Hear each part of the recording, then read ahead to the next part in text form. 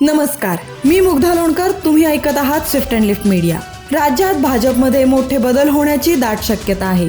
प्रभारी आणि सहप्रभारी यांची नियुक्ती करण्यात आली. राज्यात भाजपला अपेक्षित यश न मिळाल्याने हे बदल होण्याची शक्यता आहे. अरविंद केजरीवाल यांना मोठा धक्का मिळाला आहे. दिल्ली उच्च न्यायालयाकडून जामीन स्थगित केल्याची बातमी समोर येत आहे. आता पुढील सुनावणीपर्यंत त्यांची तिहार जेलमधून सुटका नाही. सोशल मीडियाच्या क्रेझने तरुणाईला सध्या स्वतःच्या जाळ्यात ओढले आहे. पुण्यातील तरुण व तरुणीने कात्रज येथील बंद इमारतीच्या छतावरून धोकादायकरित्या रील बनवले. काही तासात ते व्हायरल झाले, पण आता तेच त्यांच्या अंगाशी आले आहे. भारतीय विद्यापीठ पोलिसांनी या दोघांवर गुन्हा दाखल केला आहे. महाराष्ट्रात अजूनही मराठा आरक्षणावरून वाद सुरूच. लक्ष्मण हाके आणि मनोज जरांगे यांच्यात शाब्दिक चकमक.